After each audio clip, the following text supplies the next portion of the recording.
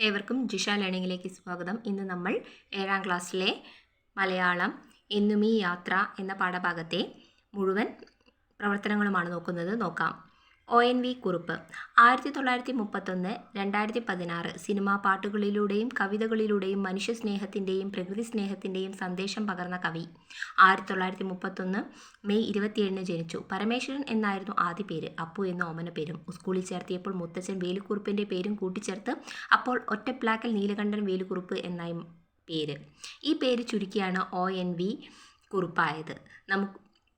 ഭൂമിക്കൊരു ചരമഗീതം, അക്ഷരം, ഉപ്പ്, ഉജ്ജയിനി, വളപ്പൊട്ടുകൾ, കറുത്ത പക്ഷിയുടെ പാട്ട് എന്നിവ പ്രധാന കൃതികളാണ്. 2007 ജ്ഞാനപീഠ പുരസ്കാരം ONV കുറുപ്പിനായിരുന്നു. 1955 ഇറങ്ങിയ കാലം മറന്നു എന്ന സിനിമയ്ക്ക് വേണ്ടിയാണ് ONV ആദ്യമായി സിനിമാ പാട്ട് എഴുതിയത്. 230 അധികം സിനിമകൾക്കായി 930 അധികം ഗാനങ്ങൾ ONV കുറുപ്പ് രചിച്ചിട്ടുണ്ട്. 2016 അന്തരിച്ചു. പാഠപുസ്തകത്തിലെ ചോദ്യങ്ങളും ഉത്തരങ്ങളും. വരികൾ കണ്ടെത്താം. കവി തൻ്റെ കാവ്യശക്തിയെക്കുറിച്ച് അഭിമാനിക്കുന്നു. മൺമറഞ്ഞു പോയവർ പാടിയ ഗാനങ്ങൾ അനശ്വരങ്ങളാണ്. കവി കാലത്തെ അതിജീവിക്കുന്ന ഭാവനാലോകത്ത് സഞ്ചരിക്കുന്നു. ഈ ആശയങ്ങൾ വരുന്ന വരികൾ കവിതാഭാഗത്തു നിന്ന് കണ്ടെത്തി എഴുതുക. കവി തൻ്റെ കാവ്യശക്തിയെക്കുറിച്ച് അഭിമാനിക്കുന്നു. എൻ്റെ ഉള്ളിൽ പതഞ്ഞു പൊന്തുന്ന മുന്തിരിനീരെന്തൊരു വീര്യം. മൺമറഞ്ഞു പോയവർ പാടിയ ഗാനങ്ങൾ അനശ്വരങ്ങളാണ്. ഇന്നലെ അവർ പാടിയ രാഗസുന്ദരങ്ങളാം ഗാനങ്ങൾ എൻ വിഭജിതൻ തന്തികൾ തോറും ഇന്ന് അദൃശ്യ പുഷ്പങ്ങളായി നിൽപ്പൂ. കവി കാലത്തെ അതിജീവിക്കുന്ന ഭാവനാലോകത്ത് സഞ്ചരിക്കുന്നു. കാലമാം മഹാമിഥ്യയെ വന്നു കാൺമൂ കാണാത്ത തീരങ്ങൾ മുന്നിൽ. ഈ പ്രയോഗ ഭംഗി കണ്ടെത്താം. വർണ്ണമാതക മഞ്ജരി ലാസ്യം എന്ന പ്രയോഗം കവിത നൽകുന്ന ആനന്ദത്തെയും കവിതയിലെ താളലയ ഭംഗിയെയും പൂർണ്ണമായ ആസ്വാദനയെയും സൂചിപ്പിക്കുന്നു. ഇതുപോലെ കാവ്യഭാഗത്തു നിന്ന് പ്രയോഗഭംഗി സൂചിപ്പിക്കുന്ന വരികൾ കണ്ടെത്തി വിശദീകരിക്കുക. ഉത്തരം: എൻ വിഭജിതൻ തന്തികൾ തോറും എന്ന ദൃശ്യപുഷ്പങ്ങൾ. വീണകമ്പികൾ നൽകുന്ന തലങ്ങളിൽ വിരിയുന്ന സ്വരങ്ങളാകുന്ന പുഷ്പങ്ങൾ എന്നത് മനോഹരമായ കൽപ്പനയാണ്. പൂർവികർ പാടിയ സുന്ദരമായ ഗാനങ്ങൾ കവിയുടെ വീണയുടെ തന്തിയിൽ ഗാനപുഷ്പങ്ങൾ എന്ന പോലെ അദൃശ്യ സാന്നിധ്യമാക്കുന്നു എന്ന് സൂചന. ഈ നിർവൃതിയുടെ പുവേഷം കാവ്യാസ്വാദനത്തിൻ്റെയും പാരമ്യത്തിന് ലഭിക്കുന്ന പൂർണ്ണമായ സംതൃപ്തി. പതഞ്ഞു പൊന്തുന്ന സംതൃപ്തി. ഇനി അടുത്തത് പതഞ്ഞു പൊന്തുന്ന മുന്തിരിനീര്. കാവ്യഭാവനയാകുന്ന മുന്തിരിച്ചാറാണ് കവിത എഴുതാനുള്ള കവിയുടെ പ്രചോദന ശക്തി. കാലമാം മഹാമിഥ്യ. കാലം എന്നത് ആദിയും അന്തവുമില്ലാത്തതാണ്. കാലം എന്നത് സങ്കല്പം മാത്രമാണ്. രാഗസുന്ദരമാം ഗാനങ്ങൾ.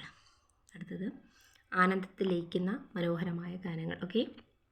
ഇനി ചർച്ച ചെയ്യാം, എഴുതാം.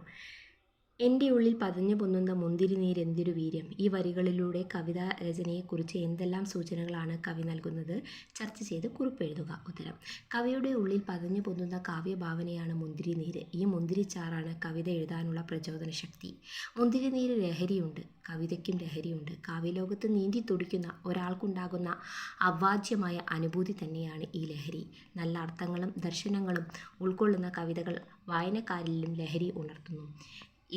അത് സർഗാത്മകതയാണ്.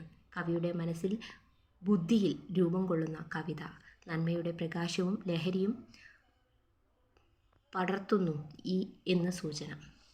വിശകലനം ചെയ്യാം. എന്നുമീ യാത്ര എന്ന കവിതയിൽ കവി ജീവിതയാത്രയെ എങ്ങനെയെല്ലാമാണ് അവതരിപ്പിച്ചിരിക്കുന്നത്? കാവ്യഭാഗം വിശകലനം ചെയ്ത് കുറിപ്പ് തയ്യാറാക്കുക. ONV കുറുപ്പിൻ്റെ എന്നുമീ യാത്ര എന്ന കവിത ജീവിതയാത്രയെക്കുറിച്ചാണ്. ഭൂമിയിലെ ജീവിതം തുടർച്ചയാണ്. കടന്നുപോയവർക്ക് പകരം അടുത്ത തലമുറ യാത്ര തുടരുന്നു. ഇന്നലെയുള്ളവർ പോയി മറഞ്ഞെങ്കിലും അവർ നടന്ന് നേടിയത് എന്തെല്ലാം നമ്മോടൊപ്പമുണ്ട് എന്ന് കവി പറയുന്നു. ആദിയും അന്തവുമില്ലാത്ത യാത്രയാണിത്. യാത്രക്കിടയിൽ ഉള്ളിൽ കവിതയും ഭാവനയും മറ്റും നിറയും. ഭൂതകാലവും വർത്തമാനകാലവും ഭാവികാലവും കവിയാകുന്ന ബിന്ദുവിൽ ഒന്നുചേരുന്നു. ആ നിത്യനിർമ്മലമായ ബിന്ദുവാണ് ആഹ്ലാദം നൽകുന്നത്. കാലത്തിൻ്റെ കടലിൽ മുങ്ങിയും താഴ്ന്നു നീങ്ങുമ്പോൾ കാലമെന്ന മഹാമിഥ്യയെ തോൽപ്പിച്ച് കാണാത്ത തീരങ്ങൾ മുന്നിൽ കാണാൻ കവിക്ക് കഴിയുന്നു. കവിക്ക് ഭാവനയിലൂടെ മാത്രം കാണാൻ കഴിയുന്ന ഇത്തരം തീരങ്ങൾ കാണാനായി പ്രിയപ്പെട്ട സ്വപ്നഭൂമിയിലൂടെയുള്ള യാത്ര കവി തുടർന്നുകൊണ്ട് ഇരിക്കുന്നു. ഇന്നലെയും ഇന്നും നാളെയും അത് തുടരും. വ്യക്തികൾ മാറിയാലും യാത്രയ്ക്ക് അവസാനമില്ല. ഈണത്തിൽ ചൊല്ലാം. കവിതയ്ക്ക് ഈണവും താളവും കണ്ടെത്തി സംഘമായും ഒറ്റയ്ക്കും ചൊല്ലി അവതരിപ്പിക്കുക. വിശകലനം ചെയ്യാം. 6ാമത്തെ വിശകലനം ചെയ്യാം. ഇന്നലെ പോയി മറഞ്ഞവരെല്ലാം ഇന്ന് ഉയർത്തെഴുന്നേൽക്കുന്നതിൽ ഇന്നലെ അവർ പാടിയ രാഗസുന്ദരങ്ങളാം ഗാനങ്ങളെല്ലാം എൻ വിഭജിതൻ തന്തികൾ തോറും ഇന്ന് അദൃശ്യ പുഷ്പങ്ങളായി നിൽപ്പൂ. അന്നു പാടിയ പാട്ട് ഊഞ്ഞാലിലാടി മലയാളം കൊഞ്ചും കുരുമൊഴികൾ പോയി കഥകൾ പലതൂതി നെഞ്ചണച്ചൊരു ഗുരു വളർത്തിയ കിളിമകൾ പാടി. എൻ്റെ മലയാളത്തിലെ വരികളാണ്. ഈ രണ്ട് കാവ്യഭാഗങ്ങളും ആവിഷ്കരിക്കുന്ന ആശയ വിശകലനം ചെയ്ത് തയ്യാറാക്കുക. ഉത്തരം: ഇന്നലെ പോയി മറഞ്ഞവർ പൂർവികർ പാടിയ സുന്ദരമായ ഗാനങ്ങൾ കവിയുടെ വീണയുടെ തന്തികളിൽ ഗാനപുഷ്പങ്ങൾ എന്ന പോലെ അദൃശ്യ സാന്നിധ്യമാകുന്നു. അദൃശ്യാണ് ആണ് ആക്കണം എന്നാണ് കവി പറയുന്നത്. മുൻകാല കവികളുടെ ഗാനപാരമ്പര്യങ്ങളിലൂടെ ഞാനും കവിയായി തുടരുന്നു എന്ന് പറയുന്നത് കൊണ്ട് പൂർവികർ തൻ്റെ കാവ്യജീവിതത്തെ സ്വാധീനിച്ചതിനെക്കുറിച്ച് കവി പറയുന്നു. എൻ്റെ മലയാളം എന്ന കവിതയിൽ മലയാള ഭാഷയുടെ ബാല്യകാലത്തെ സൗന്ദര്യത്തെയും ലാളിത്യത്തെയും സൂചിപ്പിക്കുന്നു. കൂടാതെ ചെറുശ്ശേരി എഴുത്തച്ഛൻ, കുഞ്ചൻ നമ്പ്യാർ തുടങ്ങിയ പ്രാചീന കവികൾ കവിതയ്ക്കു നൽകിയ സംഭാവനകളേറെ ONV സ്മരിക്കുകയും ചെയ്യുന്നു. മൺമറഞ്ഞു പോയ കവികളുടെ കാവ്യ പാരമ്പര്യം ONV ഉൾപ്പെടെയുള്ള കവികളിലൂടെ ഇന്നും തുടർന്നു പോരുന്നു. ഈ ആശയങ്ങളാണ് രണ്ട് കവിതാഭാഗങ്ങളിലും സൂചിപ്പിക്കുന്നത്. വായനാക്കുറിപ്പ് തയ്യാറാക്കാം. നിർദ്ദേശിച്ചിട്ടുള്ള പുസ്തകങ്ങൾ കണ്ടെത്തി വായിക്കുക. വായനാക്കുറിപ്പ് തയ്യാറാക്കി ക്ലാസ്സിലും സാഹിത്യ സമാജം, വിദ്യാരംഗം ക്ലബ്ബ് തുടങ്ങിയവയിലും അവതരിപ്പിക്കുക. ഓറഞ്ച് കുട്ടി ലളിതാംബിക മിത്രജനത്തിൻ്റെയാണ്. മാണിക്യക്കല്ല് MD വാസുദേവൻ നായരാണ്. ഇനി മാണിക്യക്കല്ലിലെ മലയാളത്തിലെ പ്രിയ എഴുത്തുകാരൻ MD വാസുദേവൻ നായർ കുട്ടികൾക്കായി രചിച്ച കഥയാണ് മാണിക്യക്കല്ല്. K. സരള എന്ന അപരനാമത്തിലാണ് MD മാതൃഭൂമി ശരിയാക്കണം കേട്ടോ മാതൃഭൂമി ആഴ്ചപ്പതിപ്പിൽ ഈ കഥ പ്രസിദ്ധീകരിച്ചത്.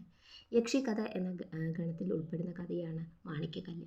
കഥയിലെ ഓരോ സംഭവവും വായനക്കാരുടെ മനസ്സിൽ തെളിഞ്ഞു വരുന്ന രീതിയിലാണ് അവതരിപ്പിച്ചിരിക്കുന്നത്. കഥാനായകനായ രാജകുമാരന് അമൂല്യമായ ഒരു രത്നം കിട്ടുന്നു. ഒപ്പം രാജകുമാരിയെയും. അവിടെ ബുദ്ധിമോശം കൊണ്ട് നഷ്ടമായ രത്നം രാജാവിന് ലഭിക്കുന്നു. മിടുക്കനായ മന്ത്രി കുമാരൻ്റെ പ്രയത്നം കൊണ്ട് രാജകുമാരന് രത്നം തിരികെ ലഭിച്ചു. സ്വയം പ്രകാശിക്കുന്ന ഈ അത്ഭുത രത്നം ലഭിക്കുന്ന രാജാവിനും രാജ്യത്തിനും ഐശ്വര്യമുണ്ടാകുമെന്നതിനാൽ ഇത് തട്ടിയെടുക്കാൻ പലരും ആഗ്രഹം കാണിക്കുന്നു. ഓക്കെ, അതാണ് കഥ. ഓക്കെ, ഇത്രയാണ് ഇതിലെ പ്രവർത്തനങ്ങൾ. Thank you for watching. ടീച്ചറിൻ്റെ വീഡിയോ ഇഷ്ടപ്പെട്ടാൽ ലൈക്ക് ചെയ്യണം, ഷെയർ ചെയ്യണം, സബ്സ്ക്രൈബ് ചെയ്യണം.